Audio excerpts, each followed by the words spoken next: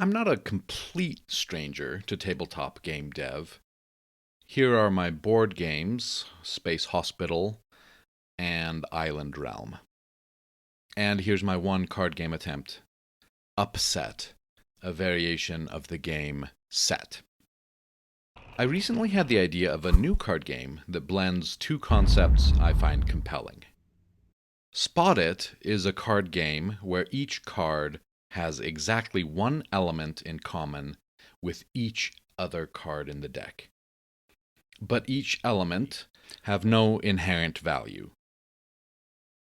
Skull King has an intricate value system where certain cards have special effects and value.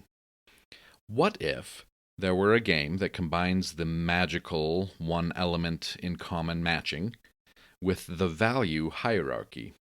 That's my idea. I'm calling it Artifact Auction, where the goal is to assemble the most powerful set of armor and weapons by beating your opponents in making matches.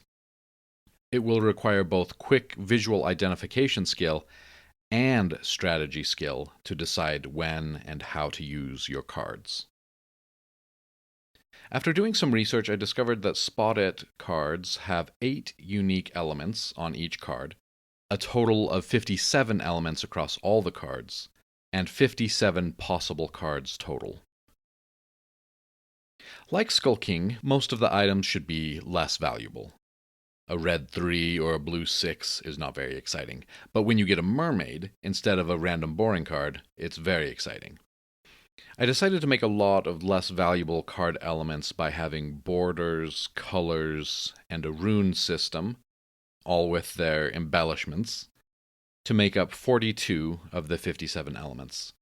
Then the rest would be various types of armor and 2 all-powerful types of weapons that trump everything else. The idea would be that all 57 card elements would have a set location where they always show up. I discovered, though, that there are some significant issues with this approach.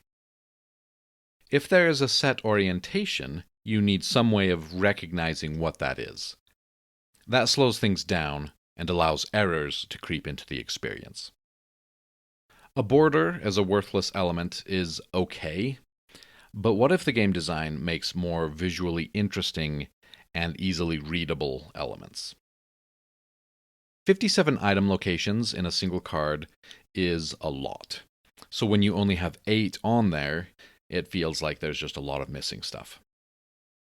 To be honest, I haven't done much with this game idea for months because it just felt like something was wrong. Making this video made me realize the problems I just mentioned, and gave me some ideas for potential solutions in a second attempt. For the second attempt, I'm planning on ditching the set card locations in favor of more varied and unique items that can show up anywhere on the card. The artifact categories, like bones, potions, runes, tools, and the standard armor and weapons, might have special functions and values. For example, maybe cards with a potion on it allow it to be discarded to gain a special advantage in a round. Maybe collecting all different types of bones add additional value. I'm not sure how excited people are about the Spot It visual quick matching feature, so maybe it's only used in rarer tie-break cases, and the main gameplay is more like an auction. Each card could have a suggested retail price that adds up all the individual artifact categories.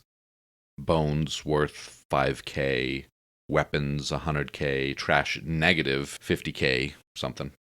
I like the idea of having each player start with money, so like maybe 10 50k bills, and have a rotating auctioneer position in charge as players decide how and whether to spend their money.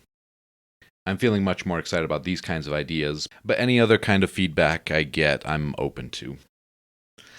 I have a double-length script with more backstory to the development of this game, so if you're interested in that, it's available on my Patreon page to those willing to pay the equivalent of a cup of coffee to support this and the many other projects going on here at Classy Hippo Studios.